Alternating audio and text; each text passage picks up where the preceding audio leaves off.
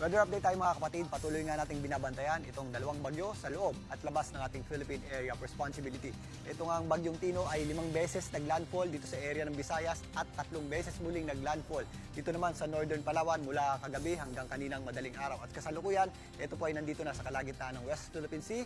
Ang bagyong Tino po ay huling namata ng Pag-asa sa layong 330 kilometers east-northeast ng Pag-asa Island, dyan po sa Kalayaan, parte po ng Palawan. Ito po ay lumalakas pa dahil nga ito po ay nasa dagat muli. Ito po ay may taglay ng lakas na hanginan na nasa 140 kilometers per hour malapit sa kanyang gitna at kuminsan may mga pagbugsong umabot sa 170 kilometers per hour. Ito po ay nasa typhoon category pa din at patuloy na kumikilos pakanluran, hilagang kanluran sa bilis na 30 kilometers per hour.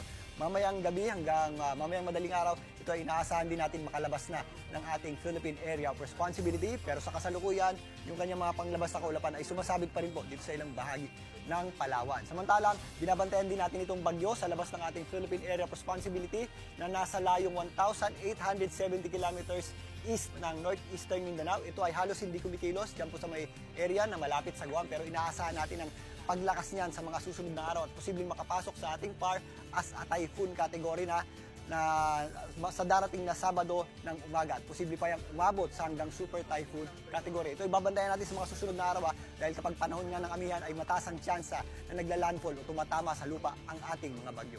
Pero dahil nga nakakabit pa yung kanyang nakakadikit pa yung outer wind field nitong bagyong si Tino, meron pa rin pong nakataas na tropical cyclone, wind signal number 2 ang Pag-asa dito po sa Kalayaan Islands. Signal number 1 pa rin po dito po sa mga areas ng Occidental Mindoro, kasama po dyan ang Lubang Islands at ang natitirang bahagi ng Palawan. Pero ito pong mga tropical cyclone wind signal natin ay mababawasan din kasabay po ng paglayo pa nitong bagyong Tino. Maliban dyan, meron pa rin po tayong mataas na tsansa ng pagulan sa mga areas ng Palawan, Mindoro, maging dito sa eastern section ng Northern Luzon at Central Luzon, kasama po dyan ang ilang bahagi ng Calabarzon dahil naman doon sa epekto ng ating shear line. Pero kasabay po ng paglabas nitong bagyong Tino, mababawasan din po ang pagulan natin sa malaking bahagi ng ating bansa. Gamitin natin yung mas maaliwalas sa panahon sa mga susunod na araw sa paghahanda naman sa posibleng pagdikit nitong posibleng tawagin nating bagyong Uwan. Yan po ay maaaring mas malapit na dito sa Bicol region sa darating na linggo at mas malapit naman po yan dito sa mainland Luzon sa darating na Lunes. Ito po ay paghahandaan natin dahil ito po ay magiging super typhoon.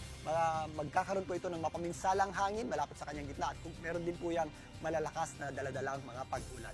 Samantalang dito rin sa Metro Manila, mas maaliwalas na po ang panahon natin in the next 2 to 3 days. At if ever may mga pagulan tayo, ito po yung mga pulo-pulo na lamang o yung mga pagulan na kadalasan nangyayari tuwing hapon at gabi. Kaya ugaliin pa rin po natin ang pagdadala ng payong sa mga may lakad ngayong darating na weekend. Uli ako po ang inyong weather frontliner, Alvin Pura, na lagi may panahon para sa iyo.